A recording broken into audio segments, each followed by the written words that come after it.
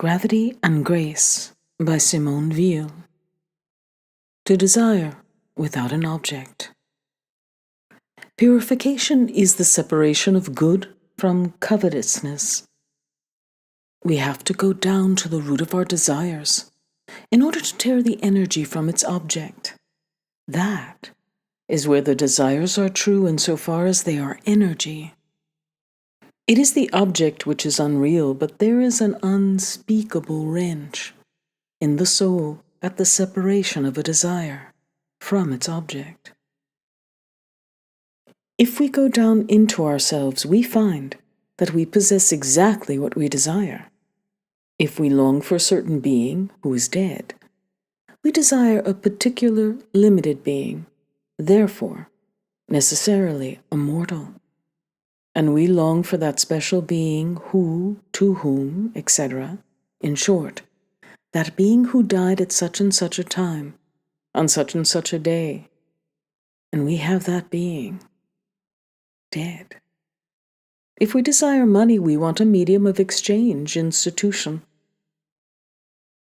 Something which can only be acquired on certain conditions, so we desire it only in the measure that, well, in that measure we have it. In such cases, suffering, emptiness are the mode of existence of the objects of our desire. We only have to draw aside the veil of unreality, and we shall see that they are given to us in this way. We see that we still suffer, but we are happy. To ascertain exactly what the miser whose treasure was stolen lost, thus we should learn much. Lao Tzu and the office of captain of musketeers.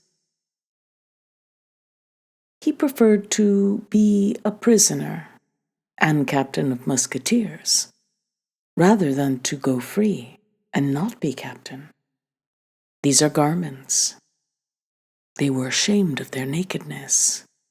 To lose someone we suffer because the departed, the absent, has become something imaginary and unreal. But our desire for him is not imaginary.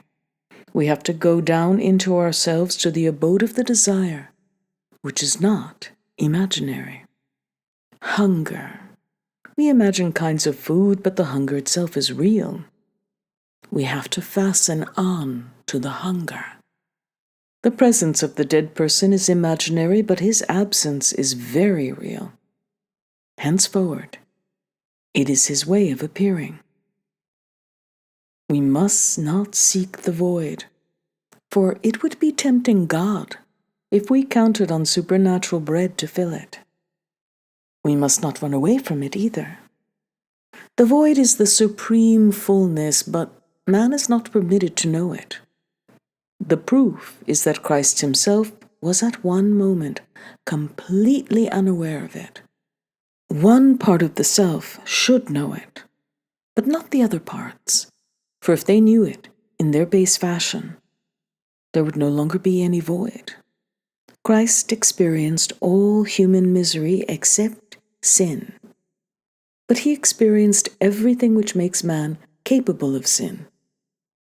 It is the void which makes man capable of sin.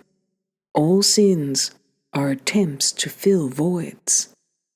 Thus, my life with all its stains is near to his perfectly pure one.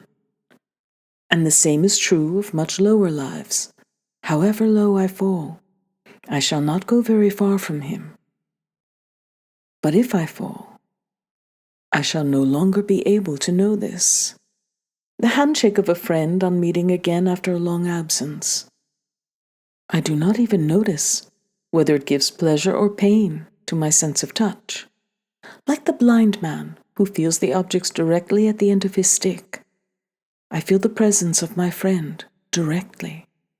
It is the same with life circumstances, whatever they may be, and God.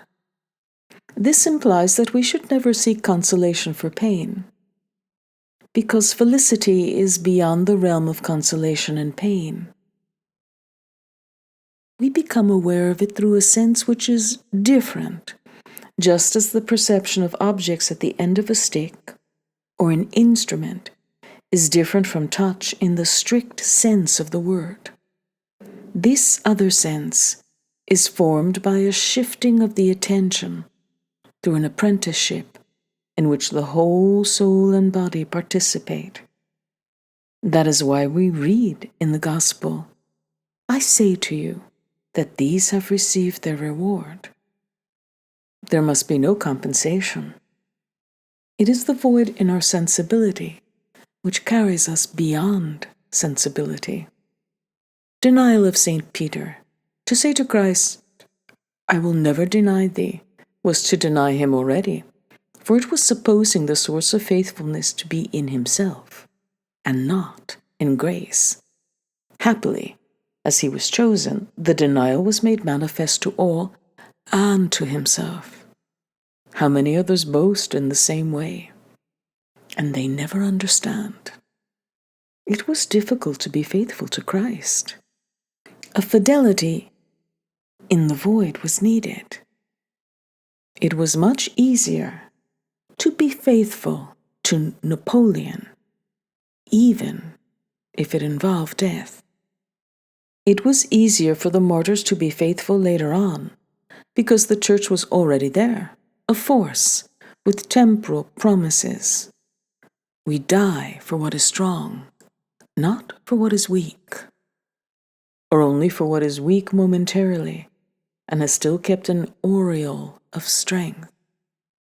Faithfulness to Napoleon at St. Helena was not faithfulness in the void. The fact of dying for what is strong robs death of its bitterness, and at the same time of all its value. To implore a man is a desperate attempt through sheer intensity to make our system of values pass into him. To implore God is just the contrary. It is an attempt to make the divine values pass into ourselves.